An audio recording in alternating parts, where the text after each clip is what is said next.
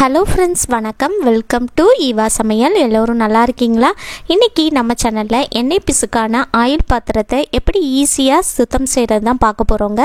இது கூடவே எல்லோருக்கும் ரொம்ப யூஸ்ஃபுல்லான ஒரு சில க்ளீனிங் டிப்ஸும் ஷேர் பண்ணியிருக்கேன். வீடியோவை ஸ்கிப் பண்ணாமல் பாருங்கள். நம்ம சேனலை இப்போ தான் ஃபஸ்ட் டைம் பார்க்குறீங்கன்னா சப்ஸ்கிரைப் பண்ணலன்னா சப்ஸ்கிரைப் பண்ணிக்கோங்க ஃப்ரெண்ட்ஸ். பக்கத்தில் இருக்க நோட்டிஃபிகேஷன் பெல் ஐக்கானை கிளிக் பண்ணிக்கோங்க.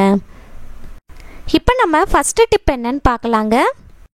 பாருங்கள், என்னோட ஆயில் கண்டெய்னர் எந்த அளவுக்கு எண்ணெய் பிசுக்கு ஜாஸ்தியாக இருக்குன்னு.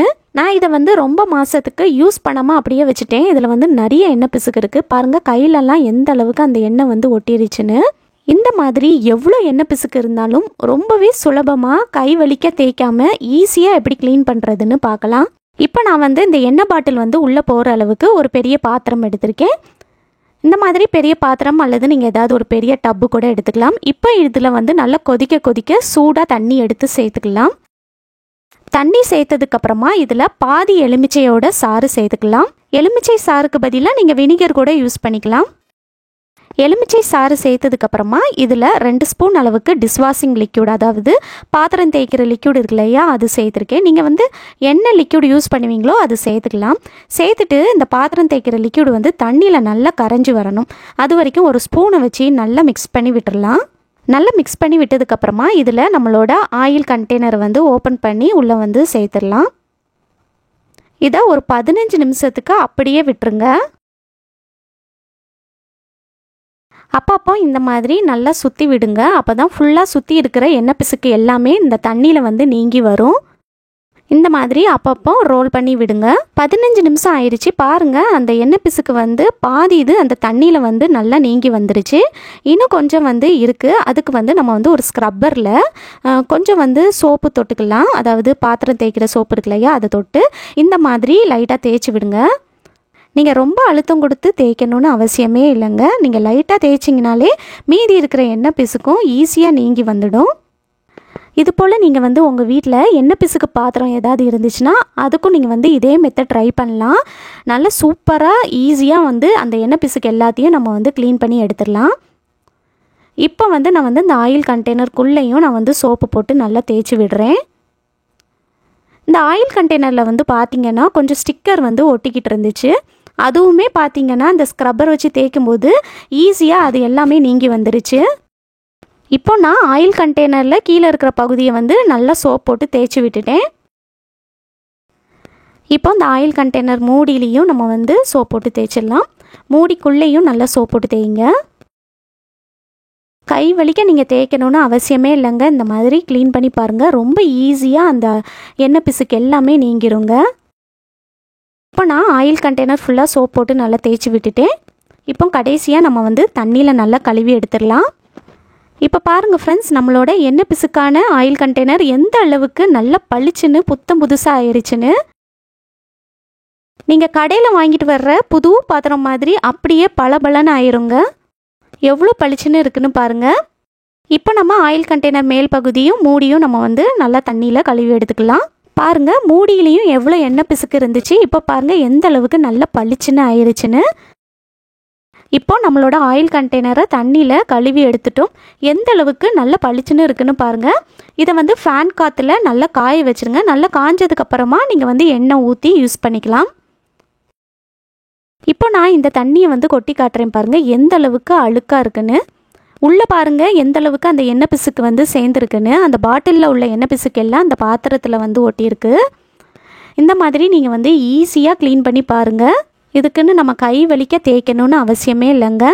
இந்த டிப் உங்களுக்கு ரொம்பவே யூஸ்ஃபுல்லாக இருக்கும்னு நினைக்கிறேன். பிடிச்சிருந்துச்சுன்னா லைக் பண்ணிக்கோங்க. உங்கள் ஃப்ரெண்ட்ஸ் கூடயும் ஃபேமிலி மெம்பர்ஸ் கூடயும் ஷேர் பண்ணிக்கோங்க. இப்போ நம்ம செகண்ட் டிப் என்னன்னு பார்க்கலாங்க. அயன் பாக்ஸில் எவ்வளோ கரை இருந்தாலும் வெறும் ஒரே ஒரு பொருளில் எப்படி ஈஸியாக க்ளீன் பண்ணுறதுன்னு பார்க்கலாம். என்னோடய அயன் பாக்ஸில் பார்த்தீங்கன்னா இந்த அளவுக்கு கரைகள் இருக்குது. அயன் பாக்ஸில் கொஞ்சமாக கரை இருந்தாலும் நம்ம சூடாக அப்படியே ட்ரெஸ்ஸில் வச்சு அயன் பண்ணும்போது அந்த கரை எல்லாமே அப்படியே ட்ரெஸ்ஸில் போய் ஒட்டிக்கும். நல்ல ட்ரெஸ்லாம் வேஸ்ட் ஆன மாதிரி ஆயிடும். அதுக்கப்புறம் அந்த கரையை ரிமூவ் பண்ணுறதுக்கே கஷ்டமாக இருக்கும். அதனால நீங்கள் உங்கள் வீட்டு அயன் பாக்ஸில் கொஞ்சம் கரை இருந்தால் கூட நீங்கள் இந்த டிப்பு யூஸ் பண்ணி நல்லா க்ளீன் பண்ணி பாருங்கள். எவ்வளோ கரை இருந்தாலும் இந்த டிப்பு யூஸ் பண்ணி நீங்கள் க்ளீன் பண்ணும்போது நல்லா பளிச்சுன்னு புத்தம் புதுசாக ஆயிடும். இப்போ நான் வந்து என்ன எடுத்திருக்கேன்னு பார்த்தீங்கன்னா ஒரு கை அளவுக்கு உப்பு எடுத்திருக்கேன். இந்த மாதிரி ஒரு மரப்பலகை எடுத்துக்கோங்க. இந்த மரப்பலகைக்கு மேலே வந்து இந்த உப்பை வந்து சேர்த்துக்கலாம். கண்டிப்பாக மரப்பலகை தான் நம்ம வந்து எடுக்கணும். ஏன்னா நம்ம வந்து அயன் பாக்ஸ் வந்து ஹீட் பண்ணிட்டு தான் நம்ம செய்ய போகிறோம். இப்போ நான் வந்து அயன் பாக்ஸ் வந்து ஆன் பண்ணிட்டேன். ஆன் பண்ணி நல்லா சூடாக இருக்கும்போது நீங்கள் வந்து ட்ரெஸ்ஸை வந்து எப்படி அயன் பண்ணுவீங்களோ அதுபோல் இந்த மாதிரி உப்புக்கு மேலே அயன் பாக்ஸ் வச்சு நல்லா க்ளீன் பண்ணி விடுங்க. இந்த மாதிரி நல்லா தேய்ச்சி விடுங்க.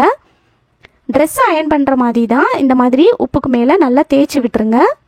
இப்போ பாருங்கள் அயன் பாக்ஸில் வந்து கொஞ்சம் கரை போயிடுச்சு. இன்னும் கொஞ்சம் கரை இருக்குது. இதையும் நம்ம வந்து நல்லா தேய்ச்சி எடுத்துடலாம். இன்னும் கொஞ்சம் நேரம் தேய்ச்சாலே அந்த கரை எல்லாமே வந்துடும். ஒரே நிமிஷத்தில் நீங்கள் வந்து டக்குன்னு ஈஸியாக அந்த கரை எல்லாத்தையும் நீக்கிடலாம். இப்போ பாருங்கள் எந்த அளவுக்கு நம்மளோட அயன் பாக்ஸ் வந்து நல்லா புதுசாக ஆயிடுச்சுன்னு. இப்போ கடைசியாக நம்ம சுவிட்சை ஆஃப் பண்ணிவிட்டு இந்த மாதிரி ஒரு காட்டன் துணி எடுத்துக்கோங்க. அதை வச்சு நல்லா தொடச்சி விட்டுருங்க. இப்போ பாருங்கள் ஃபஸ்ட்டு எப்படி இருந்துச்சு, இப்போ உங்களுக்கு நல்லாவே டிஃப்ரென்ஸ் தெரியும்னு நினைக்கிறேன். எந்த அளவுக்கு நல்லா பளிச்சுன்னு இருக்குன்னு பாருங்கள். நீங்களும் இந்த டிப் வந்து ஃபாலோ பண்ணி பாருங்கள். ரொம்பவே யூஸ்ஃபுல்லாக இருக்கும். கண்டிப்பாக ட்ரை பண்ணி பாருங்கள். இந்த டிப் பிடிச்சிருந்துச்சுன்னா லைக் பண்ணிக்கோங்க. உங்கள் ஃப்ரெண்ட்ஸ் கூடயும் ஃபேமிலி மெம்பர்ஸ் கூடயும் ஷேர் பண்ணிக்கோங்க. இப்போ நம்ம தேர்ட் டிப் என்னன்னு பார்க்கலாங்க. இந்த டிப்பில் எண்ணெய் பிசுக்கான தோசை தவாவை எப்படி ஈஸியாக க்ளீன் பண்ணுறதுன்னு பார்க்கலாம். பாருங்கள் நான் தொட்டு காட்டுறேன் எந்த அளவுக்கு எண்ணெய் பிசுக்காக இருக்குன்னு. தோசை தவாவில் எவ்வளோ எண்ணெய் பிசுக்கு இருந்தாலும் நான் சொல்கிற மெத்தடில் ட்ரை பண்ணி பாருங்கள். அந்த எண்ணெய் பிசுக்கு எல்லாத்தையும் நம்ம வந்து சுலபமாக நீக்கிடலாம். இப்போ இந்த தோசை தவாக்கு மேலே நான் வந்து 1 ஸ்பூன் அளவுக்கு பேக்கிங் சோடா சேர்த்துருக்கேன். ஆப்ப சோடான்னு சொல்லுவோம் இல்லையா, அதுதான். இப்போ இதுக்கு மேலே வந்து பாதி எலுமிச்சையோட சாறு சேர்த்துக்கலாம். எலுமிச்சை சாறு நல்லா பிழிஞ்சு எடுத்து சேர்த்துக்கோங்க. பேக்கிங் சோடாவில் எலுமிச்சை சாறு சேர்த்ததுமே இந்த மாதிரி நல்ல நொறையாக வரும். இப்போ கடைசியாக இதில் நம்ம டூத் பேஸ்ட்டு சேர்த்துக்கலாம். நான் வந்து கோல்கேட் டூத் பேஸ்ட் எடுத்திருக்கேன். நீங்கள் என்ன பேஸ்ட் யூஸ் பண்ணுவீங்களோ அது சேர்த்துக்கலாம். காலையில் ப்ரெஷ் பண்ணுறதுக்கு நம்ம எந்த அளவுக்கு பேஸ்ட் எடுப்போமோ அந்தளவுக்கு சேர்த்திங்கனாலே போதும். இப்போ இதை ஒரு ஸ்க்ரப்பரை வச்சு தேய்ச்சி விட்டுடலாம். சில்வர் ஸ்க்ரப்பர் யூஸ் பண்ணாதீங்க. ஸ்பாஞ்ச் டைப்பில் நம்ம வீட்டில் ஸ்க்ரப்பர் வச்சுருப்போம் இல்லையா, அதை கூட யூஸ் பண்ணிக்கலாம். அல்லது பிளாஸ்டிக்கில் ஸ்க்ரப்பர் வச்சுருந்தீங்கன்னா அதை கூட யூஸ் பண்ணிக்கோங்க. சில்வர் ஸ்க்ரப்பர் நம்ம யூஸ் பண்ணோம்னா நமக்கு வந்து தோசை சரியாக வராமல் இருக்கிறதுக்கு வாய்ப்பு இருக்குது. அதனால் நார்மல் ஸ்க்ரப்பர் வச்சே நீங்கள் வந்து தேய்ச்சி விட்டுருங்க. இப்போ நான் தோசை தவா ஃபுல்லாக தேய்ச்சி விட்டுட்டேன். அடுத்ததாக நம்ம வந்து தண்ணியில் கழுவி எடுத்துக்கலாம். இந்த மாதிரி உங்கள் வீட்டு தோசை தவாவை வாரத்துக்கு ஒரு தடவை அல்லது 10 நாளைக்கு ஒரு தடவையாவது கழுவி எடுத்துக்கோங்க. இப்போ பாருங்கள் அந்த எண்ணெய் பிசுக்கு வந்து சுத்தமாக இல்லை. சூப்பராக க்ளீன் ஆயிடுச்சு. நீங்களும் இது போல் க்ளீன் பண்ணி பாருங்கள். எவ்வளோ எண்ணெய் பிசுக்கு இருந்தாலும் ஈஸியாக நீங்கி வந்துடும். இந்த டிப் உங்களுக்கு பிடிச்சிருக்கும்னு நினைக்கிறேன். பிடிச்சிருந்துச்சுன்னா லைக் பண்ணிக்கோங்க. உங்கள் ஃப்ரெண்ட்ஸ் கூடயும் ஃபேமிலி மெம்பர்ஸ் கூடயும் ஷேர் பண்ணிக்கோங்க. நம்ம சேனலை நீங்கள் இப்போ தான் ஃபஸ்ட் டைம் பார்க்குறீங்கன்னா சப்ஸ்கிரைப் பண்ணலைன்னா சப்ஸ்கிரைப் பண்ணிக்கோங்க. பக்கத்தில் இருக்க நோட்டிஃபிகேஷன் பெல் ஐக்கானை கிளிக் பண்ணிக்கோங்க. தேங்க்யூ.